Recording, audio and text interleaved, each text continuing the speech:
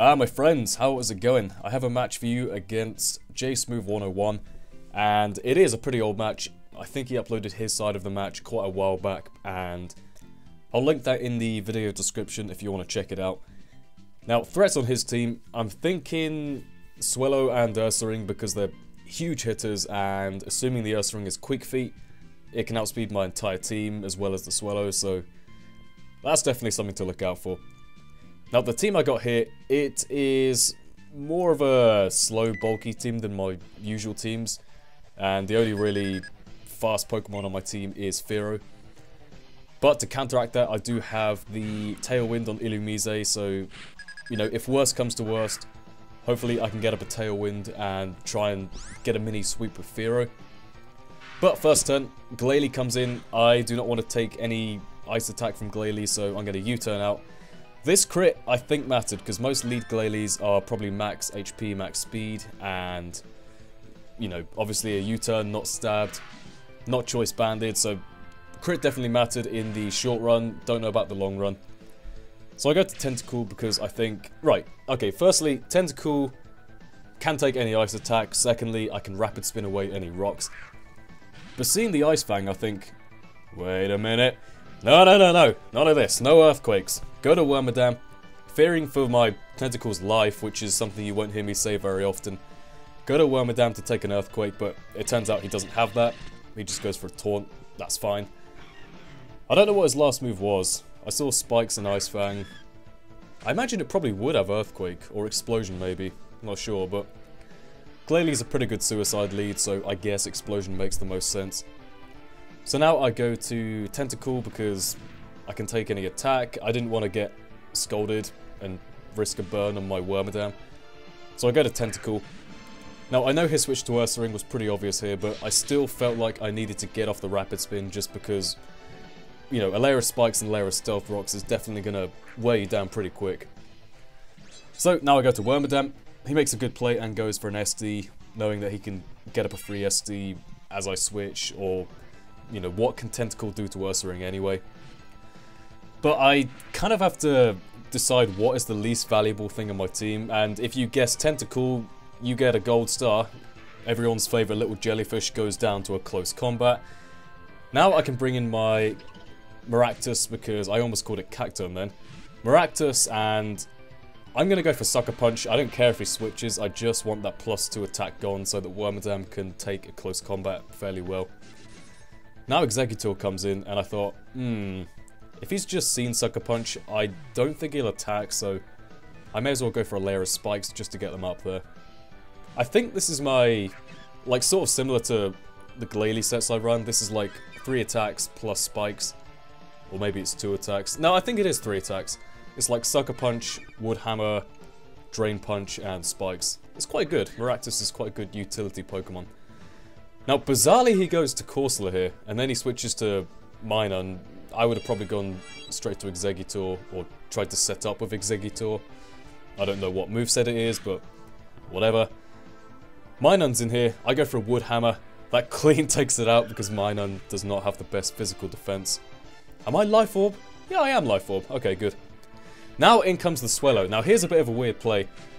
I don't go for Sucker Punch here because I thought he'd go for, like, Protect and then Quick Attack to outspeed my Sucker Punch. But the fact that he just got a Wish Up means that, you know, even if I do get off a Sucker Punch, he's going to recover back up to full anyway, so I didn't even think about that, to be honest. But now I go to Wormadam. I am just going to go straight for Stealth Rocks because I feel like he'll just hard switch out. He goes for U-turn, so I guess he knew that I wasn't going to go for a Protect, but getting those rocks up there is definitely going to be great for wearing down the Swellow as it comes back in and out. That's what Swellow does, just U-turn around when it can't deal with Wormadam. Now I go for Stealth Rocks, and in comes the Corsola once again. Now, you're going to probably question this next play in a second, right? Corsola's in here. I Protect just to scout what he's going to do, and he goes for Scold, which is fine. And then next turn, I think he goes for another Scold again. Now, I'm going to make a switch into my Camerupt. Now, as bizarre as this might seem, Camerupt, I felt like he might switch it up to Power Gem or something, predicting my Illumise switch to take the Scold. But then, even Illumise wouldn't appreciate taking extra damage like that, so... I don't know why I even did that, so it's probably looked pretty stupid from his end, so... We're just gonna sweep it under the carpet, pretend it never happened, right? So, Camelot goes down to a ×4 super effective Scold. Now, here is the moment of truth. There is one little bug which has the motivation, the drive to win this. It's looking like the odds are stacked against me. There's Swellow, Ursaring, Exeggutor, all this crazy stuff against me. But, if you have a Life Orb, Illumise, you can go for Tailwind and then just go for a mini sweep from there.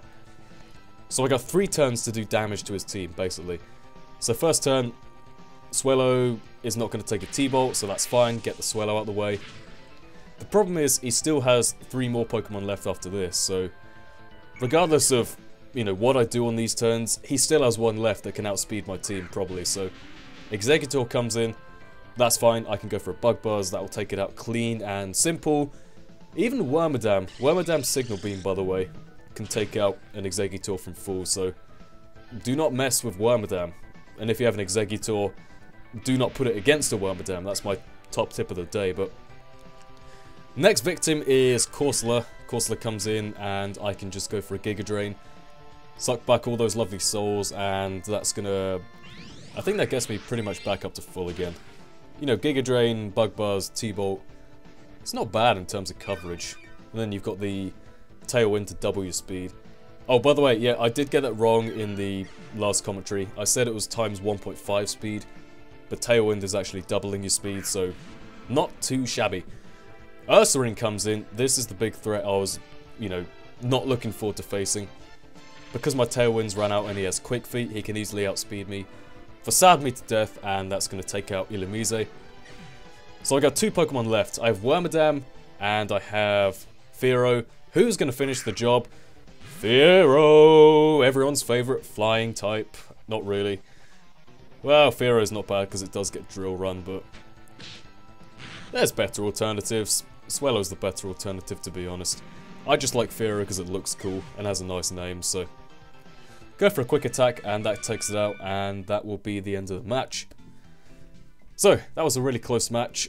I only had Wormadam left. I potentially could have Toxic Stored it out, depending on how much HP he would have lived with, but, you know, luckily I did have the quick attack, so it didn't come down to that.